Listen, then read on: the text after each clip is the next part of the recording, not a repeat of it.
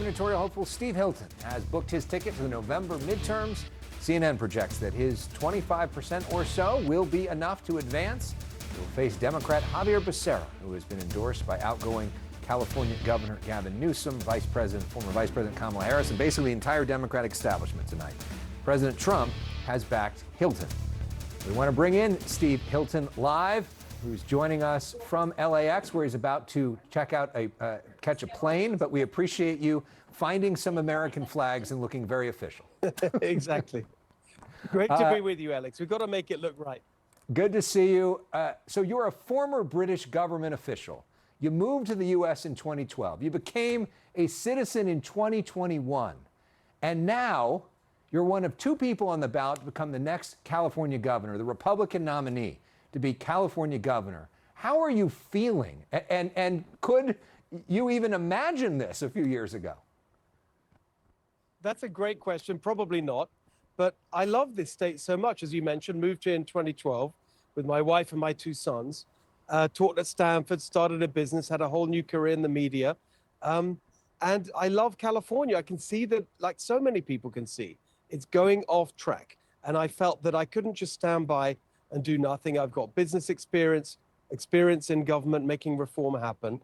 This state needs a change. And I feel like I've got the plans and the experience and the determination and the energy to make the change happen. And that's what this campaign has all been about. I'm so honored, honestly, that over 2 million Californians have chosen to put their trust in me to make the change happen. But actually, I want to say to all the Californians who didn't vote for me that I'm here for you as well. You know, we've got to make a change in California. I think this is the year that we're going to make it happen. Well, to that point, the base helped get you there. President Trump helped get you there. You're guaranteed 40% of the vote in November as a Republican. But you got to get to 50% plus one to win. Yes. And that's going to require Democrats and independents to back you. Democrats and independents that have not backed a Republican in very many years, if not ever. What is your message to them? The folks that supported Tom Steyer and Katie Porter and Matt Mahan and all the rest of them that are uncomfortable with the idea of supporting a Republican who Donald Trump backs. I understand that. I understand I need to earn their trust. And the foundation of that trust is to show that my focus is on positive, practical things to help people. It's not an ideological crusade. It's not about anything other than helping California families, small businesses in particular, people who've really been struggling after 16 years now where we've had one party in control. And another message I think that is very important that I find many Democrat friends nodding along to when I make this point is that it's just not healthy to have one party running absolutely everything for this long. The system that we have in America, we have that famous phrase, checks and balances. We haven't had any balance in California for a very long time.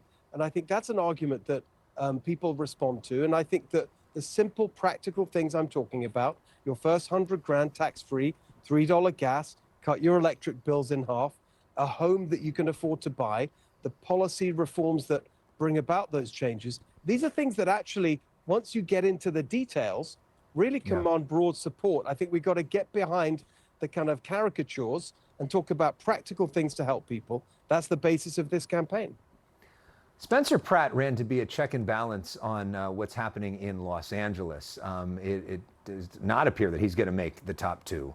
You talked about him today at a press conference that you held in front of the registrar's office. You're complaining about the way votes are counted. You said that you would welcome him to campaign with you. Have you talked to Spencer Pratt since all of this? And sort of what's your message for him? I haven't spoken to Spencer. I said I greatly admire the energy he brought to his campaign.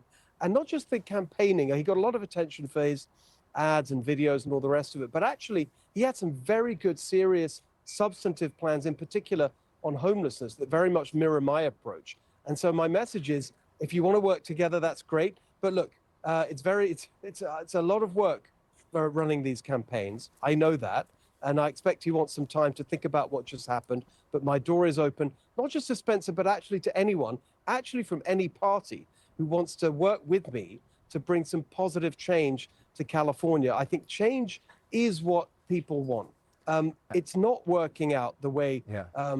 some people would have expected in California. We've got the highest poverty rate in the country, the highest unemployment rate, the highest cost of living by far. Yeah. Something's got to change. And I think everyone who wants to see the change could join my team. I'd be very happy to see that happen.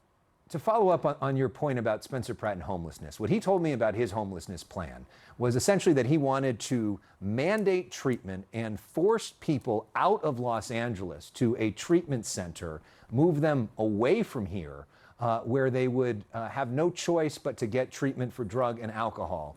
Is that your plan? And if so, where do you take people?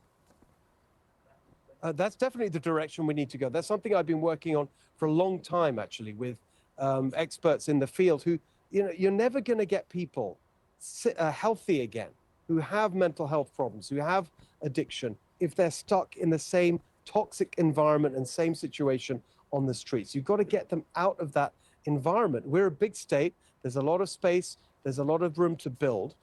We need to build homes for people who want to buy their own home in California, but we also need to build treatment facilities. I've been talking, for example, to a very interesting project that's looking to repurpose former military facilities down near San Diego. There's lots of creative ideas out there.